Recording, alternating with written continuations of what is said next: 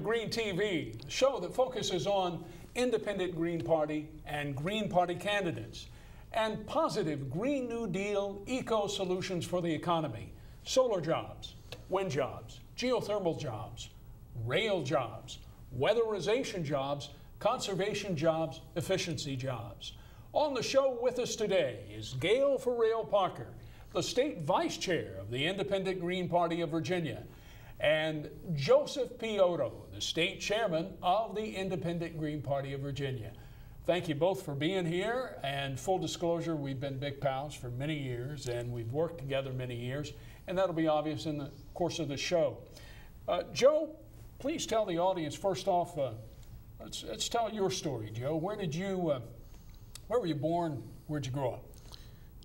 Well, I couldn't afford my hometown school, college, Pittsburgh, but I could afford Penn State. So when I was finishing Penn State in '84, I looked around doing an internship in the state basement of the state capitol in Harrisburg because I had some interest in politics. And I already helped the independent Anderson in 1980 get some traction in Pennsylvania. So I'm thinking, wait a minute. I'm looking around and the incumbent state delegate had no opposition. And I'm thinking, okay, I'm a senior in college. Can I do this? What, I mean, why shouldn't I, right? So I went out, got on the ballot, and turned that into my internship to finish the college that year in '84. And it was fun. I knocked on 10,000 doors. And a week after the election, I moved to D.C. So obviously I didn't get elected, but I did win by running. And that is a key that I like to share to make sure everyone understands that we need you folks to run with us, because whether you get elected or not, we still win. We have to keep the people that are in power opposed. We have to challenge them. We have to make them answer. And that's why we do what we do, because, you know, and that's just the beginning of the story, right, Carey? It's the beginning of the story indeed. Now, Joe, those of us from Kentucky, we always call where you're from Pennsylvania, right? I mean, because you were born in Pennsylvania, you grew up in Pennsylvania, is that right, Joe? Absolutely, Pittsburgh. And of course, much of your discipline and focus and all the hard work I've seen you do across 3 decades, I always think, well, that must be because his dad was a Marine, a tough guy.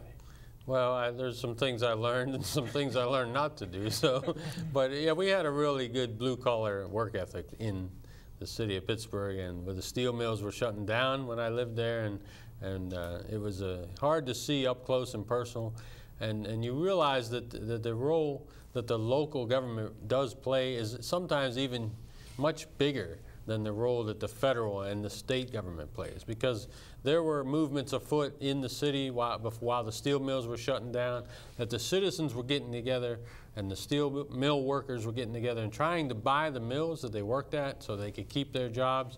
I mean, it was a good community efforts, but when they ran up against corporate ownership and the reluctance to get rid of valuable property along those rivers in Pittsburgh, I mean, those were some unique battles that are really untold in the history of how our great nation transformed from a great industrial giant to the info technology and almost infomercial giant that we have now. Service sector. You know, Joe, that was a great segue. You're watching Green TV here with Joseph P. Oddo, the Independent Green Party State Chairman, and Gail Parker, the State Independent Green Party Vice Chair. Joe, if you would pick up and hold Pat LaMarche's new book, Daddy What's the Middle Class, in front of you there. You mentioned that of stories not told, and you know the story you just told about when the steel industry crashed in Pittsburgh. My daddy was a steel worker too, so it's something that's seared within my memory.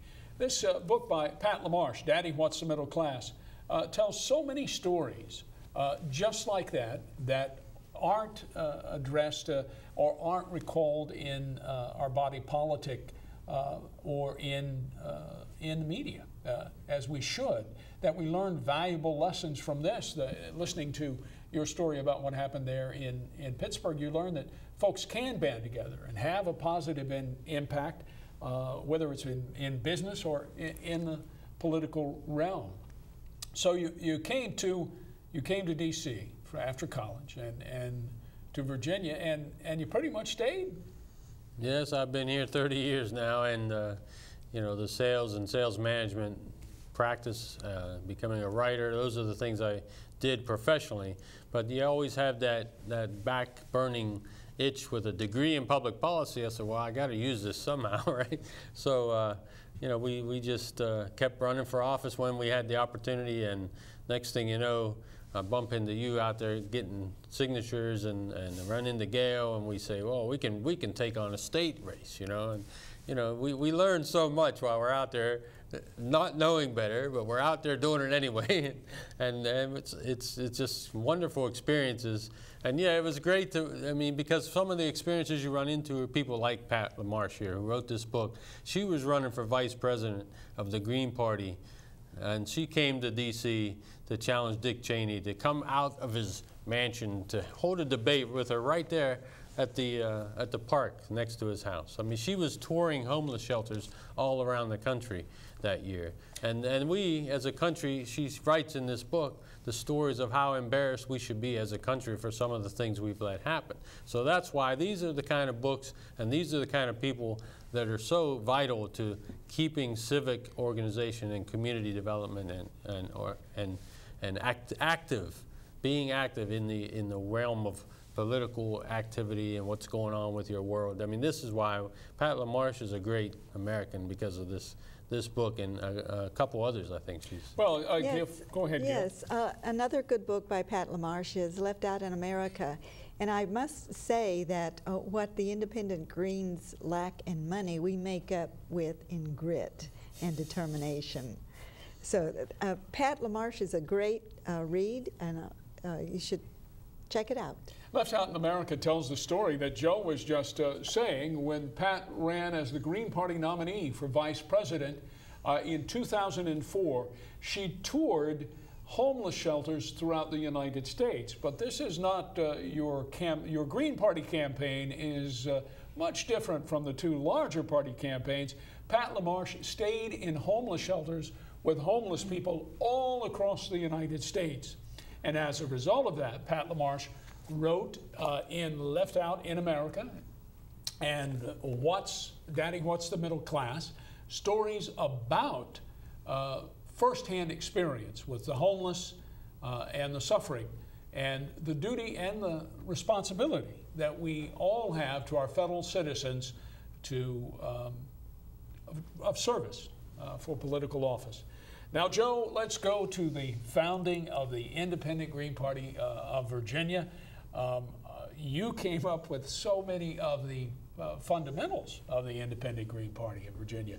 You were talking just a moment ago about more candidates, less apathy. It was you that came up with that slogan and the idea, and it has, over the decades, spoken to so many people. Instantly conveys the important encouragement needed to make folks realize that sitting on the couch, their tax dollars are still being spent. Maybe they get on the ballot as an independent Green Party candidate and have a positive impact in the race. One thing I've noticed, Joe, about you being an independent Green Party candidate, whether it was for Congress or for House of Delegates or for school board, or for county clerk, which was also a fascinating race I recall you were an independent Green Party candidate for, is while the media, the mainstream media, may try to ignore the independent Green Party candidates, miraculously the incumbent knows the name of Joe P. Oddo. Well, we did have unique opportunities when we had challengers that allowed us to be in the debates, even when they had televised debates for a congressional district, and it was broadcast in 4 major networks for one of the downstate District 5 race. That was a lot of fun, because you figure the challenger, the incumbent knows that I, as a challenger, I'm going to take on his policies. But one thing we did, we always kept it professional. We knew we had a good sound rationale for what we pursued in the public policy arena. And so we advocated our position. We didn't attack any of the gentlemen or gentle ladies that we were challenging. Not them personally, their issues. And sometimes they took it a little personally, but it overall was a very good experience, very professional. The first name basis with these folks now is really kind of cool, So yeah, I mean, the whole process of starting the more candidates, less apathy. When we see that 50% of the races run unopposed, that's just an embarrassment. I mean, a gentleman named Joe Stalin predicted that would happen in the United States, and that we as citizens of this country should be embarrassed that Stalin's prediction has come true. So I can't stand by. Wherever I live, I know Gail has run 11 straight times. There's no way we can just stand by and let that happen. And we encourage other citizens who are watching to please take it upon themselves to at least get active, vote for sure, but maybe join and maybe even run for office. And that's why the website we came up with way back then at the very beginning, Carey, was votejoinrun.us. And that's what we encourage folks to do. It's been very professional, very positive. We put solutions out there that may not seem like they're getting traction, but when we carry 20,000 signatures every year down to Richmond and say, look, this is how many people signed for more trains, less traffic. Well, next thing you know, the legislators are sitting there writing a bill. Well, I guess we better extend that rail to Norfolk, better extend it to Roanoke, and look at ways to get high speed through Richmond into North Carolina up to D.C. That doesn't happen by accident. That happens because there's people supporting us, putting us on the ballot, and willing to at least sign for us to get on the ballot, and then recruit each other. I mean, we've managed to recruit dozens and dozens of people just by being out there getting signatures, haven't we? Hundreds of candidates. And looking ahead to 2015, as Independent Green Party Chairman Joe Oddo has noted, 100 candidates for House of Delegates on the ballot. Just 2 years ago, I believe 61 of the 100 House of Delegates races were unopposed. And of course, all 40 races for state senate in Virginia will be on the ballot in 2015. Gail Farrell-Parker. Yes, we have candidates declared already for 2015. Albert Burkhart, Isle of Wight County Board of Supervisors, Newport District. Aaron Lyles, School Board for Roanoke. Carey Campbell, Independent Green endorsed Fairfax County Board of Supervisors, Braddock District. And myself Gail Farrell-Parker, Fairfax County Board Chair. And we will also see Audrey Clements, Arlington Board, School Board, Gary Blay, Tariq Salahi, Warren County Board of Supervisors. For House of Delegates, Colonel Jim Leslie, Elaine Hildebrand, 80th District, Joe P. Oddo, Jeremiah Heaton, Diane Blay, John Smith. For State Senate, Dr. Ken Hildebrandt, Terry Modulin, Steve Pryor, Dr. Brad Blanton, Janet Murphy, and others. And the Independent Green Party Chairman Oddo continues to urge folks to join, vote, join, run. Vote, join the Independent Greens, run for office, the original slogan. And of course, the more trains, less traffic slogan of the Independent Green Party, Joe. I remember when someone out there taught us that. Standing out there and you talk to somebody for a long time and they say, oh, you mean we need more trains, less traffic? And that's just amazing, just amazing. That's why the political system, when we all invest in it, works. As we look ahead to 2016, 2015, 2016, on the transportation front, Gail Farrell-Parker, a list of the rail programs that the Independent Green Party of Virginia is advocating for? Yes. Well, first we need 8 rail car trains. We need dedicated passenger rail track across Virginia. We need rail to Fort Belvoir, rail along Braddock Road, rail along the Beltway, VRE electronic signs so we know when the next train is leaving the station. We need new tracks with more trains that run more often to more places. We need to complete the Metro Rail to Dulles. We need the Potomac Yard Metro Rail stop built. We need rail along Columbia Pike. We need to build the Purple Line, and we need the Cameron Station built. Virginia Rail Express stop on the Cameron Station. Do want to go back to some of the independent Green Party candidates that you listed that are running for office, and just a little bit of biographical information about some of them. Colonel Albert Burkhart, who is running for County Board of Supervisors in Isle of Wight, is the Independent Green Party's member of the Central Committee of the Independent Green Party of Virginia in the 4th Congressional District. And Colonel Burkhart is a retired Army colonel. He served as a West Point professor and is a Vietnam veteran. When he retired from the U.S. Army, he went back to his hometown in Isle of Wight and taught school, and then retired from that.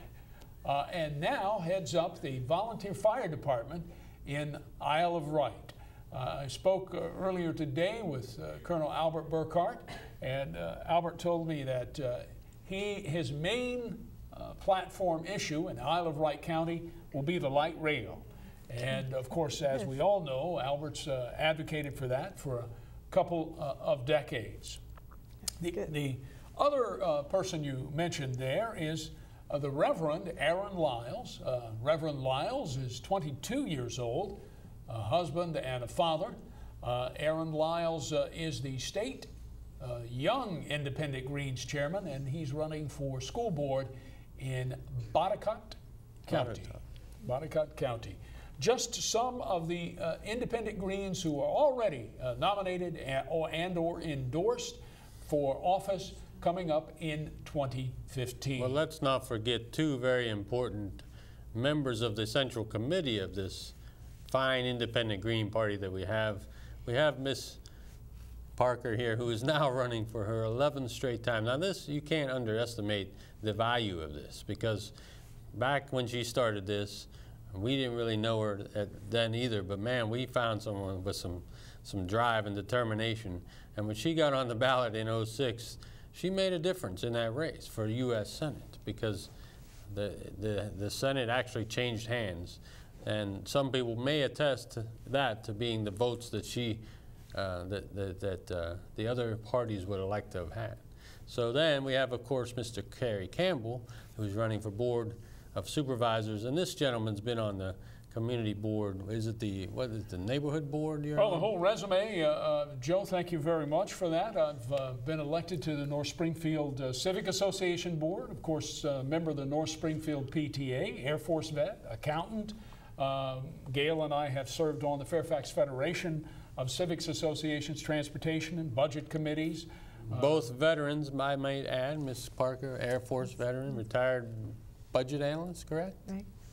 Great. I mean, this is outstanding, and this is the exact professional folks that we need to continue to join us. Tell us more, Mr. Campbell. Well, we look with optimism into 2015 for our communities, for our state, and for our nation.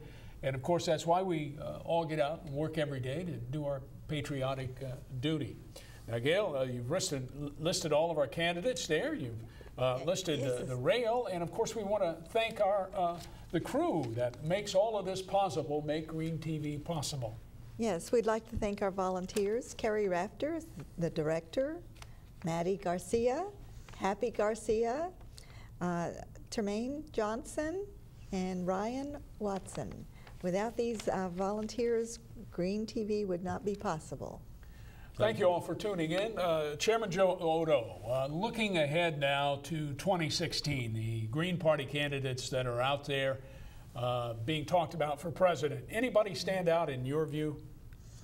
Well, I like to go back to the time when we were first advocating for the more candidates, less apathy, and we had an interesting individual who got elected governor in Minnesota, Jesse Ventura, who wrote a whole book about how one of the biggest problems the country is facing is apathy.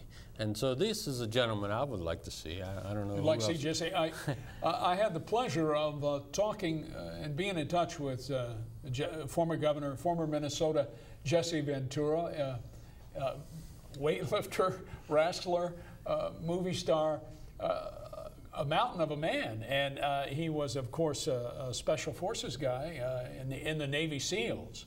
And that's the real deal right there. And not a man who shies away from controversy, and of course played a major role in building the light rail in Minneapolis that has prospered, made money, improved the community there. We were in touch in '08 when we were looking at the presidential race, and both Jesse Ventura and his wife, very nice, very kind people, very impressive people. Read today that Dr. Jill Stein is exploring the possibility of a Green Party run. Dr. Stein was the Green Party nominee for president in 2012. Most folks describe that race as inclusive and positive, and a real way to build the Green Party. I was just reviewing the CIA fact book today. And as the CIA fact book notes, the United States has only 4 truly national parties. And of course, the Green Party is the only one of those 4 that does not accept corporate dollars in donations. So Dr. Stein, a possible candidate, and of course, many people are looking and talking about the independent senator from Vermont, Bernie Sanders. Advocating for expanding Social Security, calling for reasonable cuts in U.S. military spending. And of course, the Independent Green Party has long admired the efforts of the independent mayor, 3-term mayor of New York, Michael Bloomberg. Gail? Well, there are a lot of good candidates out there, and we need them all to run and to advocate for positive solutions. A lot of the positive solutions are ignored or neglected by the 2 legacy parties, and that's why we need more candidates on the ballot in Virginia and nationwide. We need someone to carry the rail banner. We need a rail advocate. It's a national issue, and in order to remove the barrier, it will take more than just Virginia to vote to remove that barrier at the congressional level. So we need a strong candidate who will raise that banner and relentlessly work to get rail built, and to couple that with renewable energy, solar energy, wind energy, and geothermal energy. Those 2 issues are intertwined, and they must there must be someone very stubborn that will advocate for those 2 issues. Well, yeah. There's a very unique component to our independent Green Party in Virginia, and that is simply that we try to associate with independents and recruit folks that want to run outside the legacy parties all around. But we don't really hold a litmus test for folks that want to run. We would love them to pick up our 12-word platform, which is very simple. You can use as much or as little of it as you want. But it is pretty important to note that there are distinctions between the underlying philosophy of this party and some of the other parties, other states, national parties. And some of it really dates back to the original founding of the Green Party in Germany. With Petra Kelly, that Mr. Campbell was able to be there to witness. He can tell us more. This was something that really does need to be emphasized in the U.S. and really what the direction of we think the green picture ought to go towards is. Tell us a little bit about that, Mr. Campbell. Well, you were there. Absolutely right. Petra Kelly, of course, was a Green Party founder, the charismatic Green Party founder. When I was in the Air Force working for American Forces Network, I had the privilege to meet and get to know Petra and her life partner, retired Major General Gerd Bastian. Both Petra and Gerd Bastian were elected to the federal legislature in Germany. Petra Kelly always described the Green Party as not left, not right, but out in front. And there were always people from across the spectrum, left to right, in the Green Party, and conservatives were crucial in that. Values conservatives who came out of the Christian Democratic Party were crucial in the founding of the Green Party. I always say, and it's always been my opinion, without her great talents, her great political talents, her integrating political talents, her ability to work with so many different people and to inspire people. They would see Petra on television or hear her on the radio, and her great heart and great decency. American University educated too, right? American University graduate. Her father was U.S. Army's Colonel John Kelly. She born in Germany, but her father was a U.S. Army officer. Inspiring figure that really was charismatic. Now it's a new day, 2014, going into 2015, and the Green Party needs new, inspiring, dedicated folks, as does the Independent Green Party, to run and participate. I certainly believe, and I think that Chairman Oddo, as an Independent Green Party co-founder, that it is a duty to participate, a patriotic duty for us all to participate in the process. We have just a few minutes on Independent Green Party Green TV. I want to thank you for joining us. I'm Carey Campbell with Joe Oddo, the Independent Green Party State Chairman, and Gail Parker, Independent Green Party State Vice Chair. We're going to wrap it up with that. Look forward to seeing you next time on Green TV. Thanks for watching.